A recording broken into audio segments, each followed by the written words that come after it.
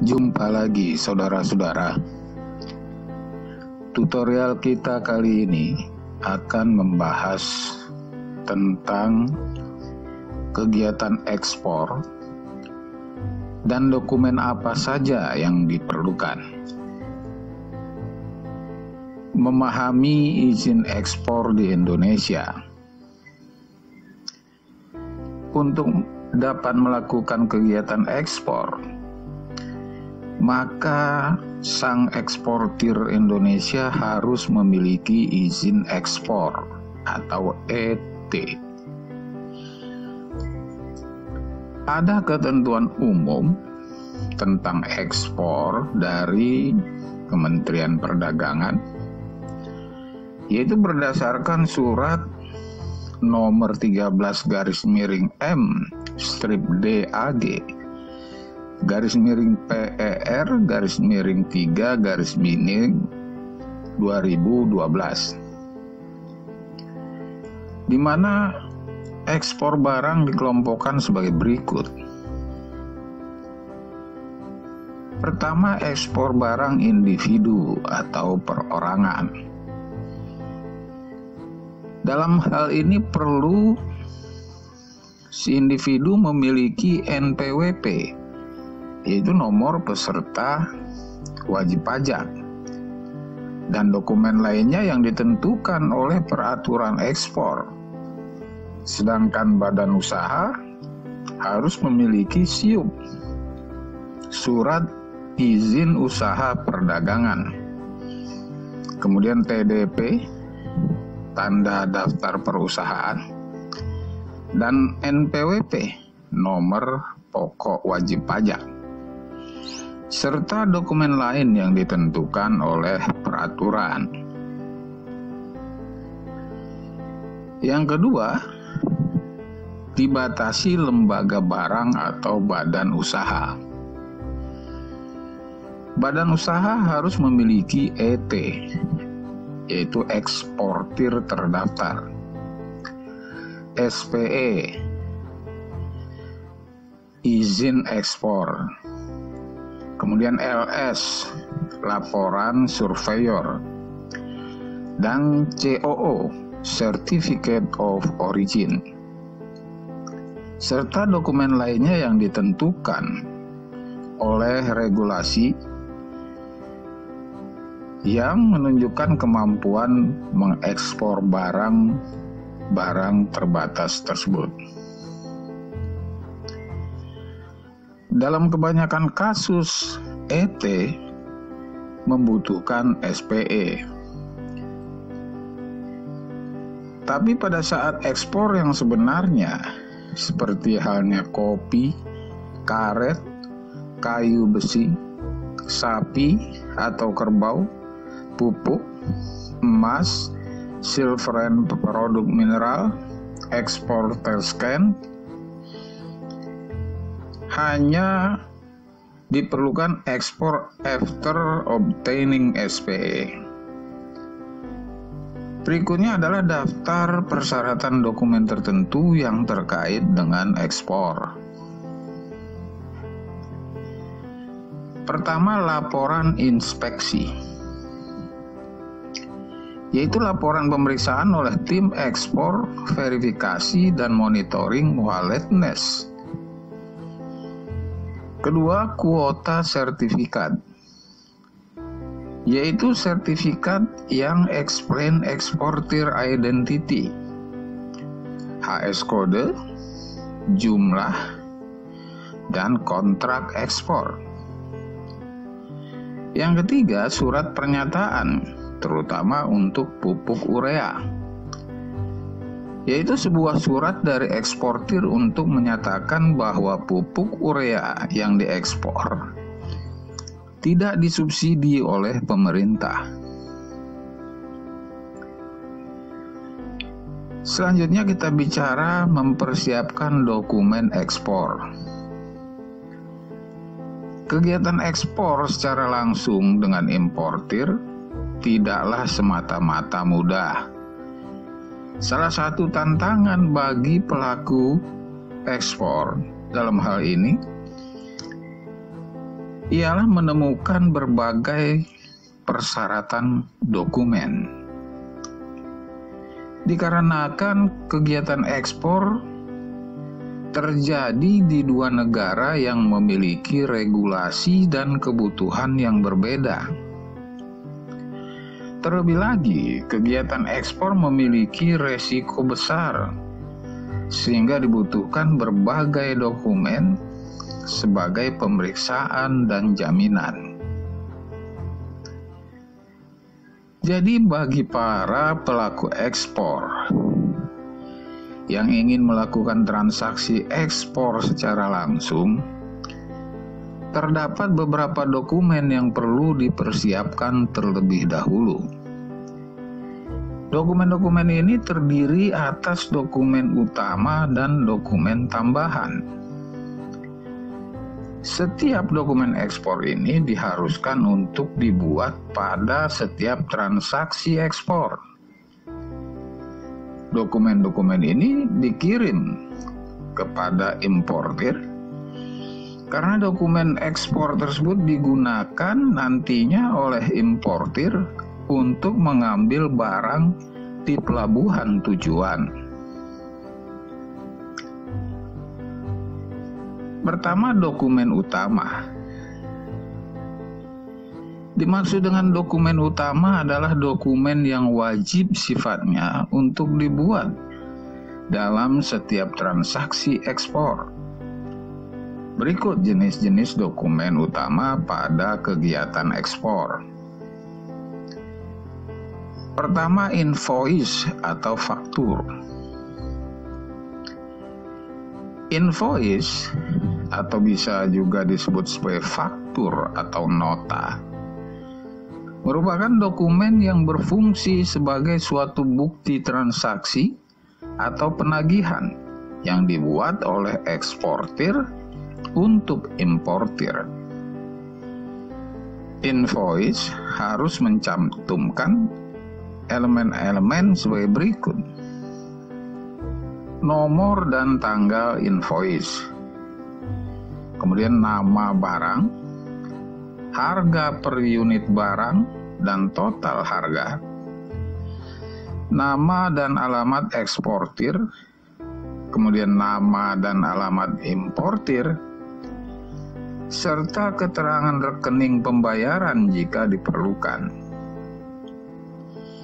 Penting juga agar invoice dibuat menggunakan kop surat perusahaan eksportir. Invoice dalam kegiatan ekspor dapat berupa 3 jenis. Pertama, pro forma invoice, yaitu suatu penawaran dari eksportir kepada importir yang potensial. Jadi invoice ini dibuat untuk menempatkan pesanan yang sering mendapatkan permintaan dari importir, sehingga eksportir bisa mendapatkan izin impor dari negara tujuan. Faktur ini biasanya menyatakan syarat-syarat jual beli dan harga barang. Setelah importir menyetujui pesanan tersebut, maka akan ada kontrak antara eksportir dan importir sesuai yang ditetapkan pada pro forma invoice. Yang kedua, commercial invoice, yaitu surat permintaan pembayaran kepada importir ketika eksportir selesai menyiapkan atau memproduksi barang pesanan. Nama dan alamatnya harus sesuai dengan yang tercantum pada letter of credit atau LC. Lalu, invoice yang asli diberikan kepada bank sebagai bukti pembayaran untuk diteruskan kepada importir. Yang ketiga, consular invoice adalah faktur yang dikeluarkan oleh kedutaan atau konsulat. Ini bertujuan untuk memeriksa harga jual dibandingkan dengan harga pasar yang berlaku, sehingga memastikan tidak terjadi dumping. Invoice ini ditandatangani oleh konsulat negara importir, atau bisa juga ini dibuat dan ditandatangani oleh konsulat negara sahabat dari negara importir. Selanjutnya, packing list.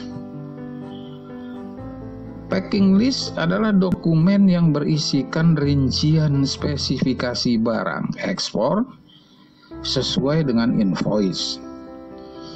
Packing list ini dibuat oleh eksportir atau perusahaan yang melakukan pengemasan langsung terhadap barang tersebut. Fungsi packing list adalah untuk memudahkan mengetahui isi barang dalam kontainer apabila ada pemeriksaan. Dokumen ini hampir mirip dengan surat jalan yang dipakai ketika melakukan pengiriman barang di dalam negeri Indonesia. Di dalam packing list juga dimuat setidaknya beberapa informasi, yaitu nama barang, nomor dan tanggal packing list, jumlah kemasan, dan dalam satuan seperti pak atau pieces, kemudian ikat atau kaleng atau karton, karung, dan lain-lain. Juga berisi penjelasan tentang berat bersih dan berat kotor. Dokumen berikutnya adalah Bill of Lading atau yang dikenal dengan istilah BL atau Airway Bill. Bill of Lading merupakan bukti pengiriman barang atau tanda terima yang dibuat oleh shipping company untuk eksportir. Bill of Lading dikeluarkan setelah kapal berangkat dari Indonesia. Dokumen ini juga dapat digunakan sebagai bukti kepemilikan barang. Dengan eksportir yang memegang BL adalah sebagai pemilik barang yang disebutkan di dalam dokumen tersebut. Sehingga Bill of Lading adalah surat berharga yang perlu disimpan baik-baik oleh eksportir. Dokumen berikutnya adalah polis asuransi.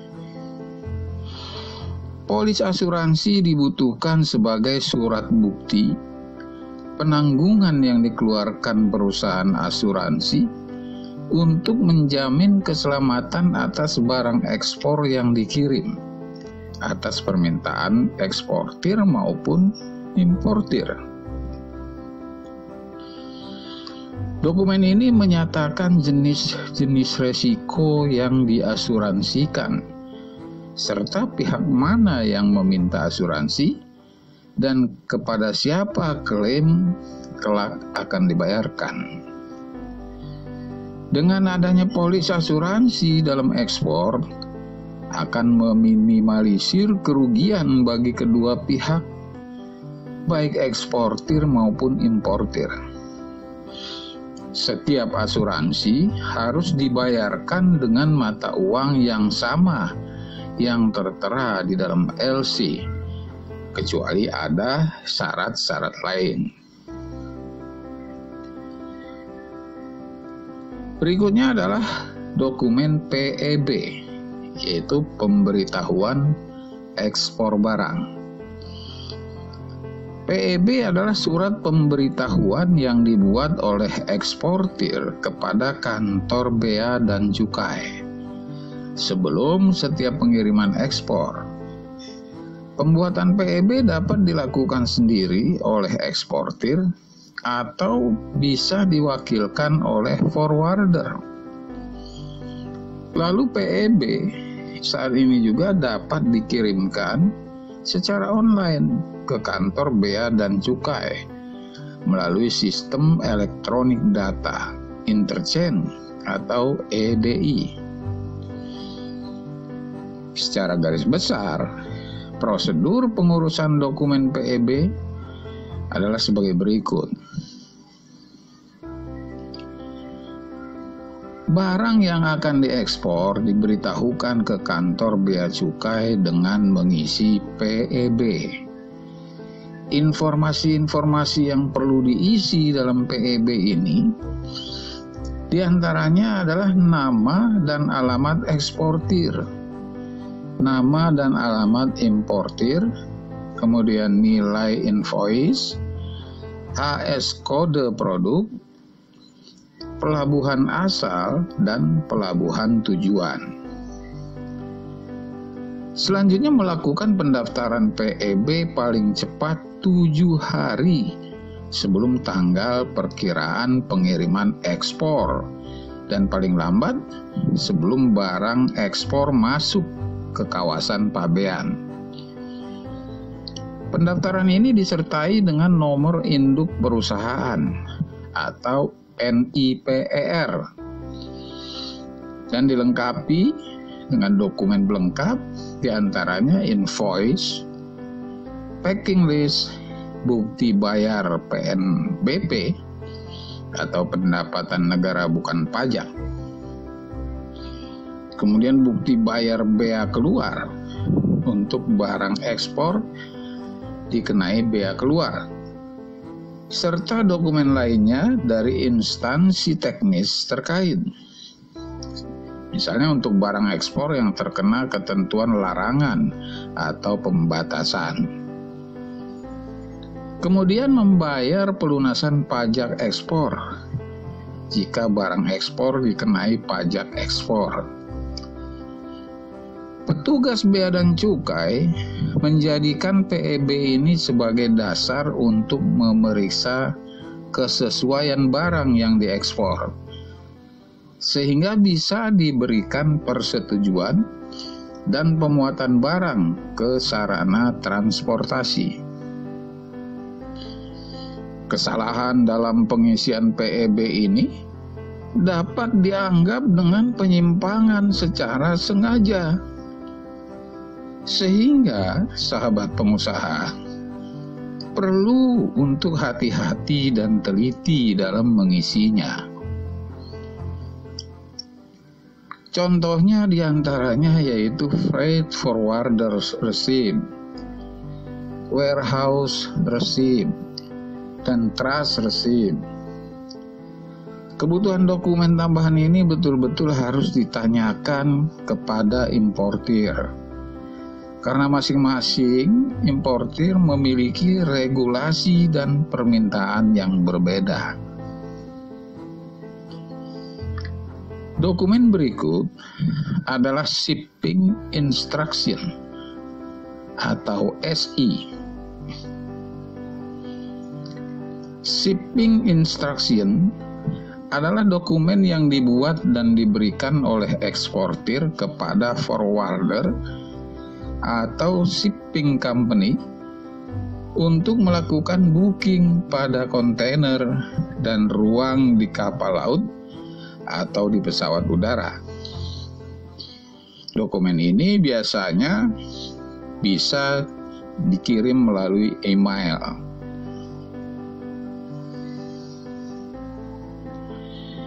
Kemudian kita masuk pada dokumen tambahan. Dokumen tambahan.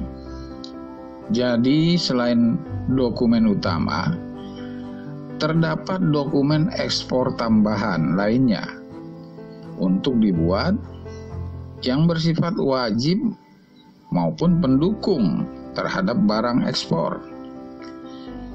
Dokumen ini hanya perlu dibuat dan disertakan ketika diminta oleh pembeli atau importir. Biasanya juga dokumen tambahan ini diperlukan oleh regulasi negara tujuan. Lalu dokumen ini juga dapat diperlukan oleh regulasi Indonesia yang mensyaratkan adanya dokumen ini pada beberapa produk tertentu. Meskipun dukungan dokumen utama adalah yang diprioritaskan untuk dibuat, tapi dokumen-dokumen tambahan ini tidak kalah pentingnya untuk kelancaran transaksi ekspor. Berikut jenis-jenis dokumen tambahan pada kegiatan ekspor. Pertama, Certificate of Origin atau COO atau Surat Keterangan Asal atau SKA. COO atau SKA adalah dokumen yang menerangkan bahwa barang yang diekspor berasal dari Indonesia. Dokumen ini dibuat dan dikeluarkan oleh Dinas Perindustrian dan Perdagangan atau Disperindak, baik di tingkat kabupaten, di tingkat kota, atau di tingkat provinsi. Dokumen ini dapat berfungsi bagi importir untuk memperoleh keringanan bea masuk di negaranya. Bahkan bisa sampai 0%, tergantung dengan kebijakan untuk produknya. Namun manfaat ini dapat diaplikasikan dengan negara yang telah menjalin kesepakatan kerjasama perdagangan dengan Indonesia di dalam FTA atau Free Trade Agreement, perjanjian perdagangan bebas. Diperlukan pemahaman yang komprehensif dari rekan-rekan pengusaha untuk mengetahui apa saja produk yang mendapatkan keringanan bea masuk dari masing-masing perjanjian FTA. Biaya pembuatan dokumen COO atau SKA hanya berkisar antara 15.000 sampai dengan 20.000 rupiah per dokumen sebagai PNBP atau penerimaan negara bukan pajak. Biaya ini hanya berlaku jika diurus sendiri di Disperindak. Para pengusaha pemula ekspor tidak perlu repot lagi untuk mengurusnya, karena pengurusan COO atau SKA juga dapat dilakukan secara online yang disebut sebagai e-SKA melalui website https://ska.kemendag.go.id. Namun, saudara pengusaha tetap diharuskan untuk datang ke kantor Disperindak untuk mengambil cetakan dokumen asli SKA ini. Selain pengurusan dilakukan sendiri, pengurusan COO atau SKA juga dapat diwakilkan oleh perusahaan forwarder dengan biaya tambahan yang dikenakan pada jasa forwarder.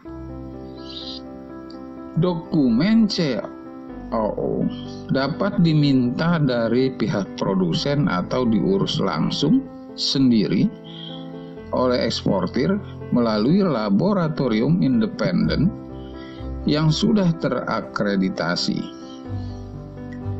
Dokumen COO kebanyakan diperlukan untuk produk-produk hasil industri kimia atau hasil pertanian. Dokumen berikutnya adalah Phytosanitary Certificate atau sertifikat fitosanitari.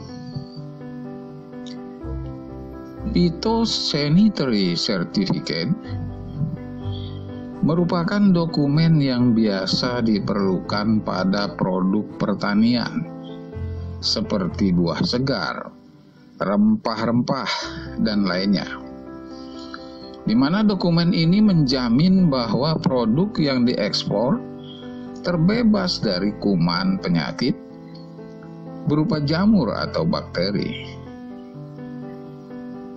Dokumen ini diurus dan dikeluarkan oleh kantor Balai Karantina Pertanian yang terdapat di setiap pelabuhan ekspor, atau bisa di kantor perwakilannya di beberapa kota.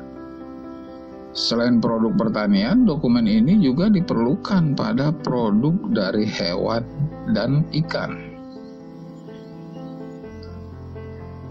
Selanjutnya, Fumigation Certificate atau sertifikat fumigasi. Fumigation Certificate dikeluarkan oleh perusahaan fumigasi untuk menjelaskan bahwa barang ekspor yang bersangkutan telah difumigasi sesuai dengan standar yang ditetapkan. Proses fumigasi berfungsi untuk mengamankan barang yang akan diekspor ke negara tujuan dari serangan hama atau rayap selama masa pengiriman. Dokumen selanjutnya, Weight Note, keterangan timbangan. Dokumen ini berisikan rincian berat dari tiap kemasan barang sesuai yang tercantum dalam invoice. Keterangan berat di dokumen pengapalan ini haruslah sama dengan yang tercantum pada LC. Di samping untuk memeriksa berat barang ekspor, dokumen ini juga diperlukan untuk mempersiapkan alat-alat pengangkut barang pada saat pemeriksaan. Selanjutnya, measurement list atau daftar ukuran. Dokumen ini berisi rincian ukuran dan takaran dari tiap kemasan barang, seperti berapa panjang, tebal, diameter, serta volume barang. Ukuran ini haruslah sama seperti yang tercantum pada LC. Ini diperlukan untuk menghitung biaya pengiriman. Selain dokumen-dokumen tambahan yang dibahas tadi, sebetulnya masih ada berbagai dokumen tambahan lainnya dalam ekspor. Itu bisa berupa sertifikat lainnya atau dokumen pembantu yang sering diperlukan untuk kelancaran penerimaan barang di pelabuhan tujuan.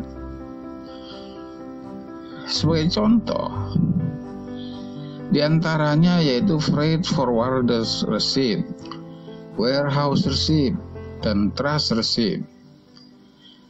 Kebutuhan dokumen tambahan ini betul-betul harus ditanyakan kepada importir karena masing-masing memiliki regulasi dan permintaan yang berbeda.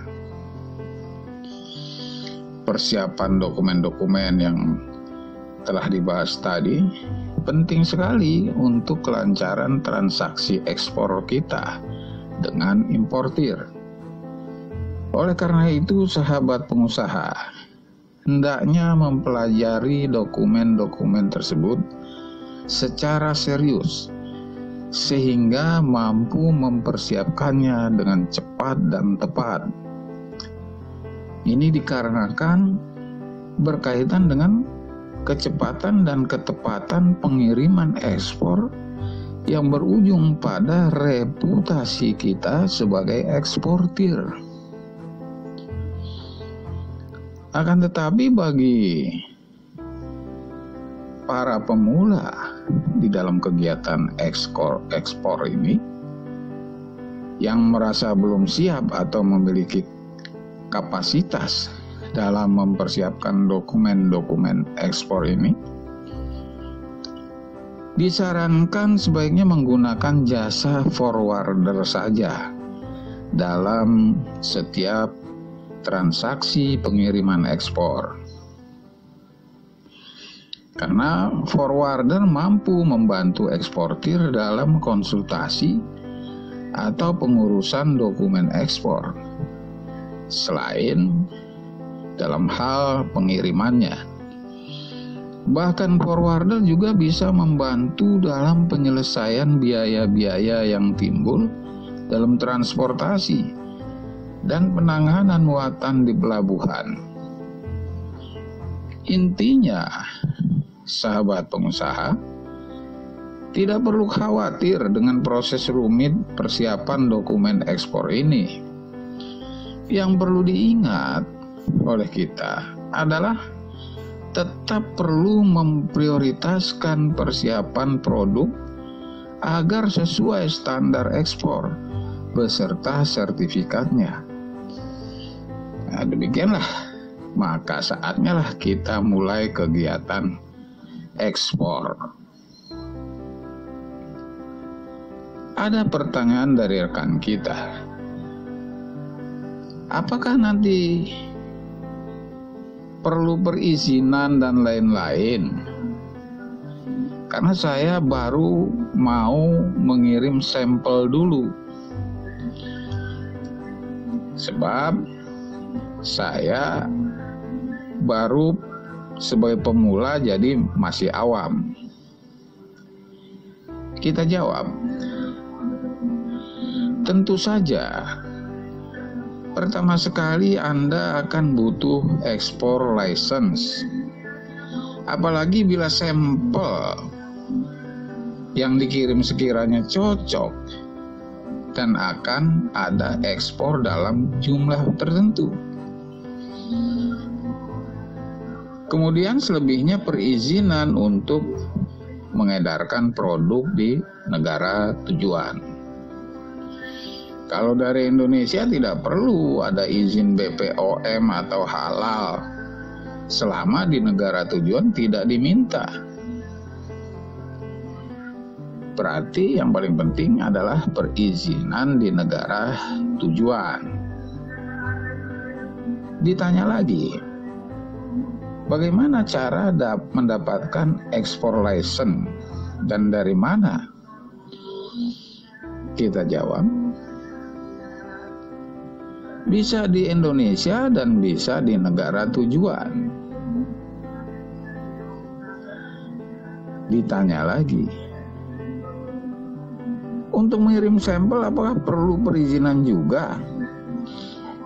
Kita jawab, kalau hanya sampel tidak perlu perizinan, hanya seperti ngirim paket biasa. Nah, demikianlah saudara-saudara.